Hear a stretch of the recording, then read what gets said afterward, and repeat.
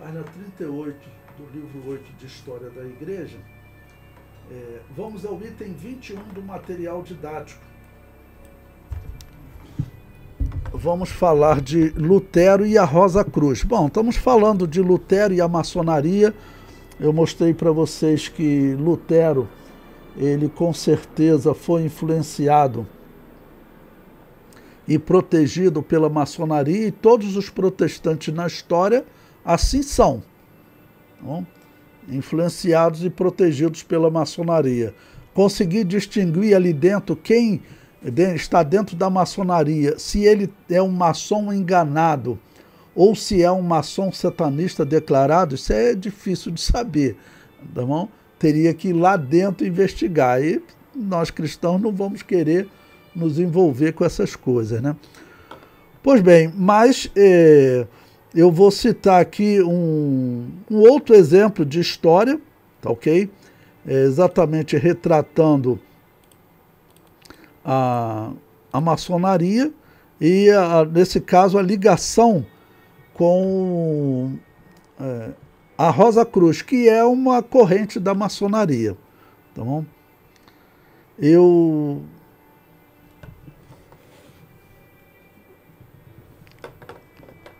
Pois bem, então o comentário diz: ainda estamos no ano 1521 falando de Lutero sendo protegido pela maçonaria, né? Eu comento. Um site protestante comenta sobre a ligação de Lutero com a Rosa Cruz, que é uma vertente da maçonaria. Ele diz: eu gostaria muito de dizer que Lutero nunca foi maçom, mas do jeito que a maçonaria penetrou e continua penetrando de uma forma oculta e amigável, entre aspas, né, no seio da igreja, não só no protestantismo, mas também na igreja católica, não posso ter essa certeza e afirmar que Lutero nunca foi maçom. Pelo que pesquisei, a única prova que alega ser Martinho Lutero maçom foi a comparação do seu selo com o símbolo da Ordem Rosa Cruz. O símbolo da Ordem Rosa Cruz se apresenta como uma cruz envolvida por uma coroa e rosas, ou uma rosa ao centro. A rosa representa a espiritualidade, enquanto a cruz representa a matéria. Já o selo luterano apresenta mais variedades.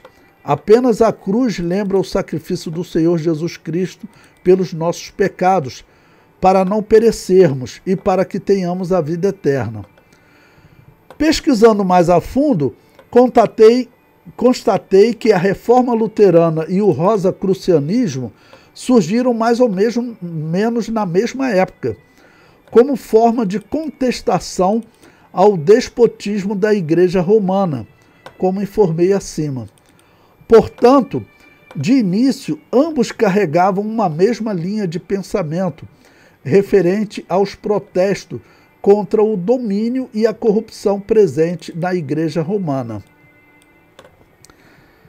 Sendo que houve uma separação dos protestantes com os Rosacruzes devido à doutrina da concepção de Cristo, enquanto os luteranos acreditavam na vida eterna sob o primado de Cristo, o Filho sentado à direita de Deus, o Pai.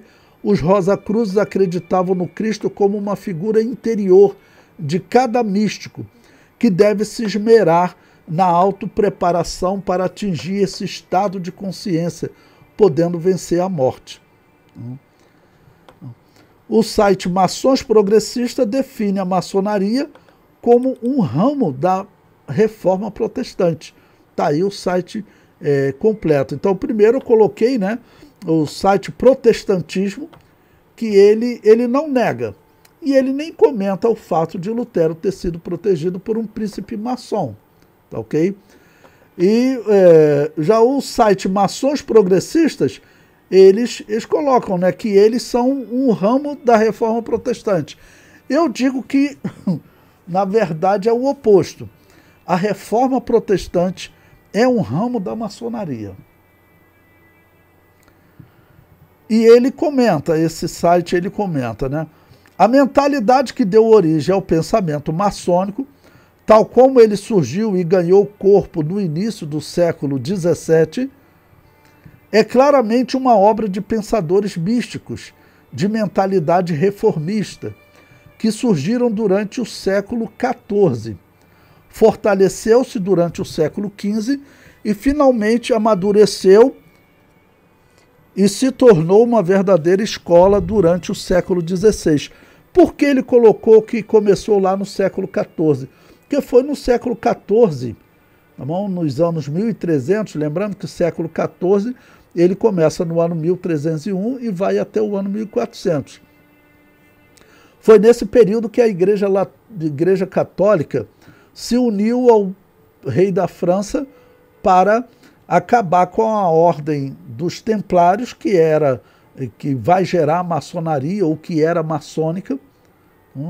E então, por isso que ele colocou ali que surgiu no século XIV. Mas, lembrando, até aquele comentário que a irmã Cleonice colocou lá no grupo, os próprios maçons dizem que a maçonaria é muito mais antiga. A maçonaria ela é muito provavelmente mesmo um movimento que surgiu dentro do paganismo judaico. Salomão deixou essa herança maligna quando ele resolveu se casar com aquelas mulheres pagãs e permitiu que fosse levantado altares e até teria adorou nesses altares, né? Então, realmente, Salomão deixou essa herança maldita. Então, os maçons, aqui como eles estão de uma certa maneira dizendo que esse misticismo ele surgiu no século XIV, ao mesmo tempo eles dizem que surgiu lá nos dias de Salomão. Eu ainda cito aí Nicholas Hager, em sua obra A História Secreta do Ocidente, que diz: descendentes de judeus cabalistas que estavam por trás dos cátaros. Lembre-se, uma pausa aqui para explicar a vocês. Cátaros tinha alguns grupos chamados cátaros, que eram, na verdade, gnósticos. O termo cátaros significa puros, e ele foi aplicado a muitos grupos na história. Os novacianos foram os primeiros a serem chamados de cátaros, eram anabatistas. Teve um grupo de valdenses, anabatistas valdenses, que viviam na França, que eles também foram chamados de cátaros. E tinham os cátaros gnósticos. Ele está falando aqui dos cátaros gnósticos. O historiador ele não faz essa distinção, tá bom? Ele não faz essa distinção. Então ele diz, judeus cabalistas, também explicar quem são os judeus cabalistas. Os judeus cabalistas, eles, podemos dizer que eles surgiram com aquele mago Simão, né? Mas principalmente os judeus cabalistas, eles surgiram próximo do ano 170 da era cristã, quando um rabino, ele disse que recebeu de Deus a graça de ser instruído por espíritos de profetas do passado. Então ele dizia que o espírito do profeta Elias aparecia para ele. Ele não foi o único nessa época. Os judeus estavam desviados, tá bom? Então foram esses judeus rabinos que fundaram esse culto cabalista, fundamentado em instruções de espíritos que apareciam para eles, né? Que nós sabemos que não é possível, eram demônios que apareciam para eles, tá bom? E esse culto ele está no judaísmo até hoje, ok? Bom, então, relendo, né? Descendentes de judeus cabalistas que estavam por trás dos cátaros tinham ligações com Lutero e Calvino. E há algumas evidências de que exerceram uma influência cabalística sobre ambos. Veja-se o selo de Lutero, que se baseava no motivo da rosa e da cruz dos Rosa-Cruzes. Parece que foram cabalistas que incentivaram Lutero a pregar as 95 teses na porta da igreja, talvez como parte de um plano deliberado para dividir. Ali no livro ele coloca dividir a cristandade, então eu alterei para dividir o catolicismo, tá bom? Porque, claro, esse é um plano da maçonaria, do gnosticismo. O gnosticismo ele está entre os católicos desde Constantino. E eu comento, né? Os judeus cabalistas representam um ramo do gnosticismo, eles estão interligados. Eles estão interligados. Então, realmente abrir os olhos que esse engano, infelizmente, está conseguindo influenciar nas igrejas.